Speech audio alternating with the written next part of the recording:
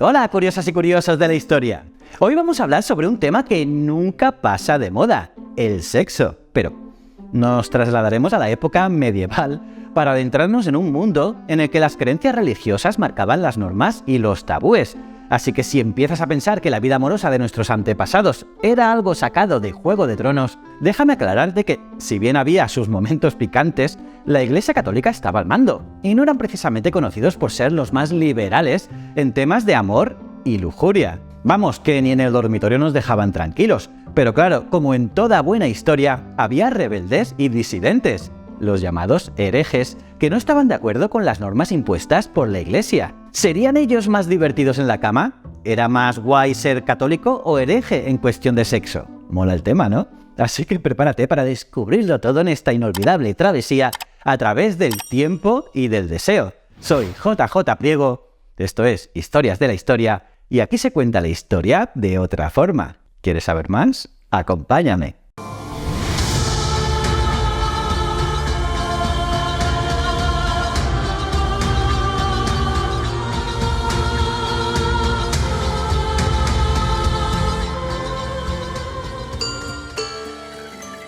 Antes de empezar hay que aclarar que la religión católica en la Edad Media era la institución dominante en Europa y su influencia en la vida cotidiana era enorme, llegando a regular hasta los aspectos más íntimos y personales de las personas, incluyendo la sexualidad. Y por supuesto, la Iglesia tenía un concepto muy específico del sexo y cualquier desviación de ese concepto era considerada pecado y herejía. Vamos, que en la Edad Media el Papa era como el Tinder de Dios. Y ahora vais a tener que perdonarme, pero últimamente no he seguido mucho las encíclicas vaticanas, es decir, esos documentos escritos por los papas y que se dirigen a los fieles en todo el mundo. Y claro, igual ha cambiado la interpretación de las prácticas sexuales, pero de toda la vida de Dios, los santos padres de la Iglesia Católica solo toleraron las relaciones carnales dentro del matrimonio y con fines de procreación, rechazando frontalmente todo placer sexual y condenando a las calderas de Pedro Botero a los epicúreos practicantes.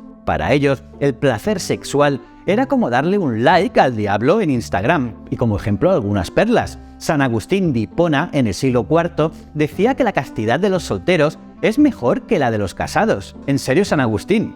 ¿Y tú, cómo lo sabes? O San Jerónimo, autor de la Biblia Vulgata, que en el mismo siglo llegó a decir que el hombre prudente debe amar a su esposa con fría discreción, no con cálido deseo, como si estuviera con una nevera en vez de con una mujer. Además decía que nada hay más inmundo que amar a tu esposa como si fuera tu amante. Qué poéticos eran los padres de la Iglesia, ¿eh? O Tertuliano en el siglo III, que sostenía que el matrimonio se basa en el mismo acto que la prostitución. O Clemente de Alejandría, que en el siglo II afirmaba que el coito es como una enfermedad perniciosa. Y claro, Orígenes, que era discípulo de Clemente, fue más allá de las palabras y se autocastró para no caer en la tentación. Menuda locura, ¿eh? Supongo que le faltaba autocontrol para resistir los encantos de las mujeres y con el jefe que tenía, pues eso, se cortó el rabo del diablo. Y ojo, que San Alberto Magno en el siglo XIII consideraba que tener gemelos era el resultado de una mujer que había disfrutado en la copulación. Ya no me imagino a la pobre que tuviera trillizos. Y su contemporáneo, Santo Tomás de Aquino, afirmaba que un matrimonio sin relaciones carnales es más santo, o que el placer sexual inhibe por completo el uso de la mente, oprime la inteligencia y absorbe el espíritu. Además de que solo Jesús fue concebido de forma pura, sin infección sexual, sin sufrir el contagio del pecado original en el acto conyugal de la procreación. ¡Tremendo! Pero bueno, Santo Tomás también decía que los clérigos conservan la pureza corporal mediante su celibato, y la realidad era bien distinta, ya que gran parte de los religiosos de la Iglesia Católica, incluido obispos, presbíteros, abades y diáconos, se desposaron a la manera tradicional, o bien mantenían una relación de amancebamiento o concubinato con alguna mujer, que acostumbraba, claro, a ser su ama de llaves o su cocinera, y que popularmente se conocía como la sobrina del cura o barragana. Este tipo de relación, aunque no era reconocido legalmente, se consentía para evitar males mayores y se trataba de un contrato de amistad y compañerismo con o sin derecho a roce.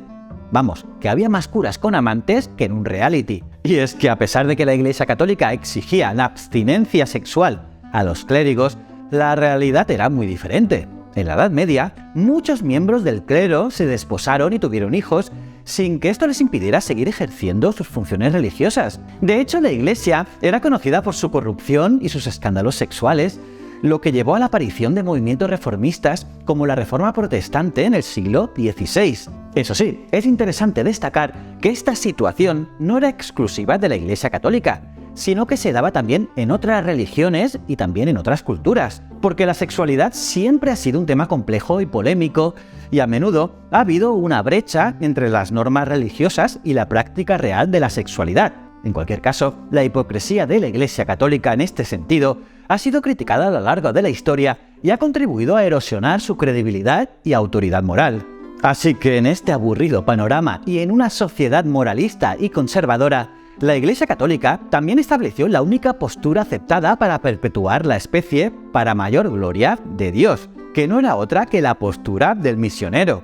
O sea, si querías tener hijos y no pecar, tenías que hacerlo como si estuvieras predicando en el púlpito. Y ninguna postura más. O sea, era más aburrido que el Kama Sutra de una tortuga. Y con la llegada de los europeos a todos los confines del planeta, los misioneros intentaron imponer las pautas de moral católicas también en el sexo, por lo que promovieron que los indígenas practicaran el sexo de forma cristiana. De hecho, en 1215, el clérigo Juan Teutónico avisó de que el misionero era la única postura natural para mantener relaciones si no se quería cometer pecado, ya que él decía que era la más adecuada para la fecundación y la menos erótica. El resto de posturas estaban prohibidas y se estableció para ellas una serie de penitencias a base de credos, Padre Nuestros, Ave Marías, ayunos a base de pan y agua e incluso abstinencia que, dependiendo de la postura, podía ir desde 30 días hasta varios años. O sea, estaba castigado hacerlo de costado, sentado, de pie, el coitus retro, es decir, por detrás, que los religiosos llamaban a la manera de los bestias, también el coitus interga, o sea, el sexo anal, y tampoco estaba bien visto el semen inore, o sexo oral. E incluso el coitus interruptus y la masturbación era malo porque se desperdiciaba el semen. Lo que oyes, según la Iglesia, todo eso era por puro vicio y no para procrear. Y claro, no era bueno. Y yo me pregunto, ¿cómo demonios iban a controlar eso? ¿Había algún tipo de patrulla de la moral que entrara en las casas y pillara a la gente en pleno acto? Ni que los monjes fueran Spider-Man y se colgaran del techo para espiar a la gente, ¿no? En fin, y lo de que solo se aceptara a la postura del misionero, ¿qué pasa con la variedad? ¿No hay derecho a experimentar y buscar nuevas formas de placer? Yo creo que el misionero es como la tortilla de patata. Está muy rica, pero a veces quieres un buen entrecot. ¿O no es así? Y claro, resulta que en muchas ocasiones la Iglesia Católica consiguió el efecto contrario al que querían, y es que, como todos sabemos, el ser humano es curioso por naturaleza. Así que cuando la Iglesia empezó a hacer análisis tan detallados sobre diferentes temas como el sexo, los feligreses sacaron un montón de ideas y hasta les copiaron alguna que otra técnica. Y aquí aparecen a los que la Iglesia llamaría herejes. Los herejes eran básicamente los rebeldes de la religión, los que se salían del molde y no seguían las normas establecidas por la Iglesia. Para los católicos, estos herejes se llevaban la palma en cuanto a fiestas se refiere. Les acusaban de ser unos verdaderos hedonistas, de organizar orgías locas y de adorar a Belcebú como si fuese el DJ de un after. Y sí, parece que en cuanto al sexo se refiere, ser hereje era mucho más divertido, ¿no crees? Pues eso no es del todo cierto. Hay muchos tipos de herejes, entre otros la herejía cátara, que es un claro ejemplo de que las cosas no son tan bonitas como parecen. Estos cátaros, también conocidos como los buenos, ¿por qué será?, eran unos filósofos y religiosos muy progresistas para su época. Se extendieron por Lombardía y algunos lugares de los Pirineos, pero su epicentro era el Languedoc, y defendían la vuelta a las comunidades cristianas más sencillas y puras, y eso para la Iglesia era considerado una herejía. Según ellos, existían dos principios básicos: el bien, un mundo espiritual creado por Dios, y el mal, el mundo material creado por Satán. Y para alcanzar la perfección y la unión con Dios, solo se podía hacer a través de la austeridad, la piedad y la virtud. Además, trataban a las mujeres con igualdad, algo muy avanzado para su época. Y si no alcanzaban la perfección antes de morir, su alma migraría a otro ser, ya fuese hombre, mujer o animal. Espectacular, y todo esto sin aceptar la autoridad del Papa ni la divinidad de Cristo. Su único sacramento era el consolamentum, rechazando muchos de los sacramentos y enseñanzas de la Iglesia Católica, y en su lugar practicaban la imposición de manos como un medio para transmitir el Espíritu Santo y la gracia divina. Y la Iglesia Católica lo condenó y consideró la imposición de manos de estos grupos como inválida e ilegítima, ya que según la Iglesia, solo los sacerdotes ordenados tenían el poder de realizar la imposición de manos en los sacramentos. Pero seguro que en este punto te estarás preguntando, ¿qué tal los cátaros con el sexo? Pues era un drama. Resulta que los cátaros eran tan austeros y puros que renunciaron al sexo por completo. Estos sí que eran unos santos. Y es que los cátaros no querían tener descendencia, pero la Iglesia Católica, que siempre ha tenido un humor muy particular, pensó que si no había relaciones sexuales para procrear, entonces solo podía ser vicio puro y duro. Pero la verdad es que los cátaros no renunciaron al sexo por cuestiones de placer. No. Renunciaron al sexo porque creían que la procreación significaba traer almas puras a este mundo que luego estarían encarceladas dentro de un cuerpo impuro. Vamos, que preferían que las almas se quedasen en el limbo antes que encarnarse en un cuerpo pecador. Y si pensabas que esto era lo más loco que podía pasar, espera a escuchar esto. Los cátaros eran tan dogmáticos y estrictos que se les reconocía a la legua. Iban en parejas para ayudarse mutuamente y no caer en la tentación. Se lavaban todos los días con jabón, apenas comían carne y llevaban una vida tan austera que parecían vampiros recién despertados. Vamos, que si te encontrabas con un cátaro por la calle, parecía que habías visto un fantasma. Y si pensabas que los cátaros eran los únicos locos que había en la Edad Media, espérate a conocer a los valdenses. Estos creyentes del siglo XII surgieron en Provenza, en el sur de Francia, y eran tan radicales que hasta la Iglesia Católica les tenía miedo. Rechazaban la autoridad papal y se consideraban la verdadera Iglesia. Pero lo más interesante de todo era que creían en la igualdad de género. Sí, como lo oyes, las mujeres podían ser líderes religiosas y participar plenamente en la vida de la comunidad. Eso sí que era ser progresista en pleno siglo XII, ¿eh? Este grupo cristiano no quería saber nada de imágenes, purgatorio, veneración a María, oraciones a los santos, cruz y reliquias. E incluso se abstenían de la confesión con sacerdotes. Preferían hacerlo guiados por sus barbas o predicadores itinerantes, y algunos valdenses anteriores a la Reforma Protestante creían que para ser un predicador itinerante o barba tenía que ser célibe, es decir, sin relaciones sexuales ni matrimonio. Y tenían incluso un grupo de mujeres vírgenes dedicadas al Señor. Eso sí, después del concilio del siglo XVI, los valdenses decidieron que el celibato obligatorio era una doctrina diabólica y pasaron a mejor vida. Pero los cátaros y los valdenses no eran los únicos raritos para la Iglesia.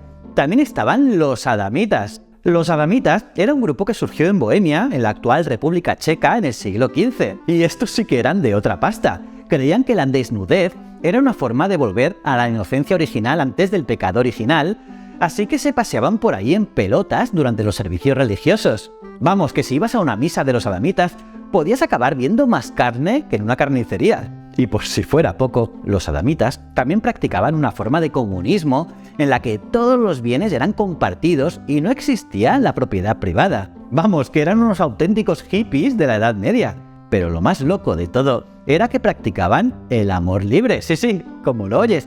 Las parejas eran temporales y podían cambiarla en cualquier momento. Eso sí que era ser moderno hace más de 600 años. Como ves, estos grupos heréticos tenían ideas radicalmente diferentes sobre el sexo y la moralidad, pero todos compartían un rechazo a la autoridad papal y a la Iglesia Católica establecida. Y la mayoría de ellos también defendían la igualdad de género y la eliminación de las jerarquías dentro de la Iglesia. Y en contraste con estas ideas heréticas, la Iglesia Católica comenzó a experimentar un cambio hacia una visión más positiva del sexo a partir del siglo XIII. Incluso el teólogo Tomás de Aquino, del que os he hablado antes, uno de los principales pensadores de la Iglesia, fue cambiando de opinión y argumentó a posteriori que el sexo era una parte natural y necesaria de la vida humana.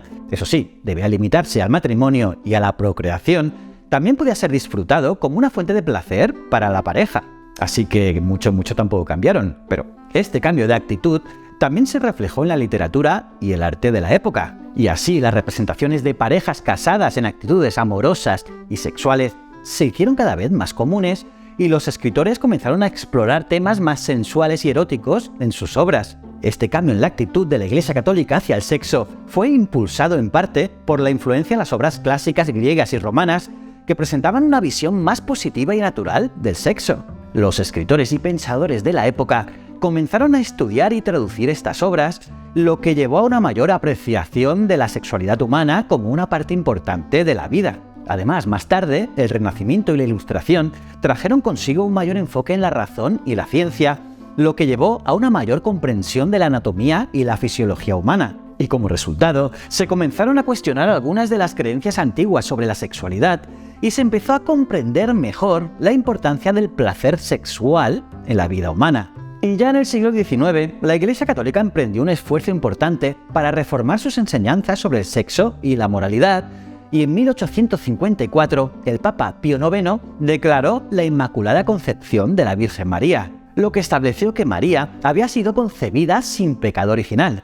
Y esto llevó a una mayor aceptación del sexo dentro del matrimonio y a la eliminación de algunas de las restricciones antiguas sobre las prácticas sexuales. Y en 1930 el Papa Pío XI emitió una encíclica llamada Casti Connubii, en la que se establecieron las enseñanzas de la Iglesia sobre el matrimonio y la sexualidad. La encíclica afirmaba que el matrimonio debía ser una unión entre un hombre y una mujer y que la relación sexual debía ser vista como una expresión de amor y compromiso dentro del matrimonio. Sin embargo, la encíclica también reafirmó la prohibición de la anticoncepción y la masturbación. Así que ya estábamos. Como veis, a pesar de estas reformas, la Iglesia Católica sigue manteniendo muchas de sus enseñanzas tradicionales sobre el sexo y la moralidad. Aunque se ha producido una mayor aceptación de la sexualidad humana, la Iglesia todavía defiende la idea de que el sexo solo debe tener lugar dentro del matrimonio y con fines de procreación. Eso sí, el Papa Francisco ha afirmado cosas interesantes, como su condena a legislaciones injustas que penalizan las relaciones homosexuales en todo el mundo. Y defiende que la homosexualidad no es un delito, pero sí sostiene que los actos homosexuales son un pecado, como lo es todo acto sexual fuera del matrimonio. Así que mucho tampoco hemos avanzado, y es que las leyes de la Iglesia cuesta mucho que cambien. El derecho canónico, que es el conjunto de normas y principios que regulan la organización y la vida de la Iglesia Católica, entre otras cosas, establece las normas para la elección de los obispos, la administración de los sacramentos y, claro, también la disciplina de los clérigos y de los fieles de todo el mundo. Y este derecho canónico es creado y modificado por la autoridad de la Iglesia Católica, que es el Papa y los obispos, en comunión con él. Y es que en la Iglesia Católica se cree que el Papa es el sucesor de San Pedro y por lo tanto tiene el poder y la autoridad para establecer y modificar las leyes de la Iglesia. Pero sin embargo, la modificación del derecho canónico no es algo que se haga a menudo, ya que se considera que es una ley divina y por lo tanto debe ser cuidadosamente considerada y también estudiada antes de realizar cualquier cambio. En conclusión, la historia de las enseñanzas de la Iglesia Católica sobre el sexo ha sido larga y complicada, y la Iglesia Católica sigue manteniendo un papel importante en la formación de la moral sexual y en la vida de muchos creyentes en todo el mundo. Y nada más por hoy. Espero que hayas disfrutado de este viaje a través de la historia del sexo en la Iglesia Católica y en la Edad Media y que hayas aprendido algo nuevo. Déjame saber tu opinión en los comentarios y no olvides suscribirte y darle a la campanita si te mola el contenido de historia, un buen like y aquí te dejo otro vídeo que debes de ver y estos botones de aquí es para que conozcas mis otros canales. Y recuerda, el conocimiento es un requisito esencial para la supervivencia. Nos vemos en el próximo vídeo. Muchísimas gracias.